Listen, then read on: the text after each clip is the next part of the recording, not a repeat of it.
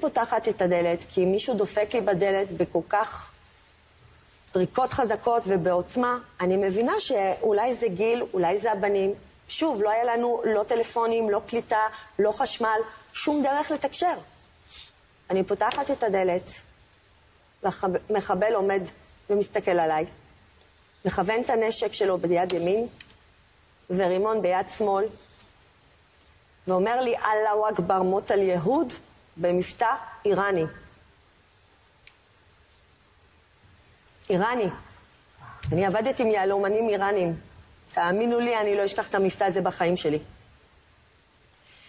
הוא מכוון את הנשק. מה אני עושה? אני תורקת לו את הדלת בפרצוף. למה הוא לא ירה בי? אולי כי הדלת הייתה... אולי בגלל שהדלת הייתה מברזל? אין לי מושג. אבל מסתבר שבשניות האלו שאמרתי שמע ישראל ורצתי לממד, הוא כן זרק את הרימון. למה לא נהרגתי? כי שוב גיל, בעלי, דאג שהבית יישאר בטון, כפי שקיבלנו אותו אחרי פינוי ימית וסיני. בטון, מבלוקים של פעם. ככה ניצלנו. תבין, מדברים עכשיו הרבה על השלב הבא, מה יהיה עם יישובי העוטף, עדיין קוראים לזה. איזה עתיד את רואה להתיישבות שם, גם לא רק לנתיב העשרה, אלא גם ליישובים שגילו שהחיים שלהם שם הם פחות חסונים ממה שאני... אז אני אדבר בשם עצמי, קודם כל, ולא בשם תושבי עוטף עזה, ובטח לא בשם תושבי נתיב העשרה.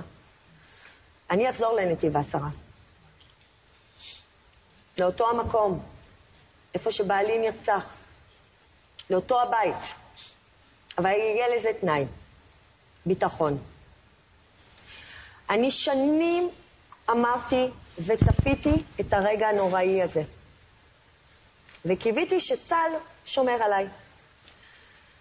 אני חושבת שכל תושבי עזה מבינים היום שהיה מחדל. אני מנחמת את עצמי כל ערב לפני השינה, שבעלי והבן שלי מתו בקידוש השם כדי להציל את מדינת ישראל. המוות שלהם הוא לא לחינם. המוות של אור וגיל זה היה בשביל שאנחנו, עם ישראל, קודם כל נתעורר מהכאוס שלנו, ונבין שאנחנו כאן כדי להיות שליחים, להציל קודם כל את עצמנו, את המדינה הקטנה שלנו, ואת כל העולם. אולי שאלה אחרונה אליך, קורן. אתה היית האח הגדול בסיטואציה שהיית מול המחבלים, אתה עם שי, שהוא קטן ממך ב4 שנים. איך הרגשת באירוע הזה? פחד. אין מה לומר, פחד. הרגשת אחריות? לא, רק פחד.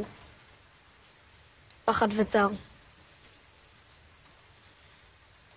תגיד את מה שאבא אמר לך, רגע לפני שהוא מת. שהיו עוד פיצוצים, והיו עוד פיצוצים שם מטורפים, חזקים בטירוף. אז שאלתי אותו איך הוא לא מפחד או נלחץ, והוא אמר לי שהוא לא מפחד למות. שהוא לא מפחד למות? כן.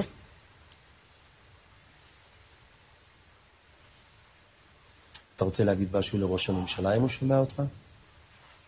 יש לך מה להגיד? לא יודע. לא. את רוצה? כן. בבקשה. תמחקו את עזה. אני רוצה שתמחקו את עזה. אין אימון. אין פרטנר לשלום. תמחקו את עזה מהמפה. אני רוצה פצצת הירושימה. מוכנה לנדוד 10 שנים. אנחנו נחזור לנתיב העשרה. אנחנו נקום על הרגליים. אנחנו עם חזק. עברנו הולוקוסט. ועברנו יום שחור. אבל never again. אני כל חיי בחרתי בביבי. ואני עוד הפעם אומרת, השם, אף אחד לא השם. אבל אנחנו כאן כדי ללמוד מהיום הנורא הזה ולקום על הרגליים. עד שעזה לא תימחק, אני לא ארגע.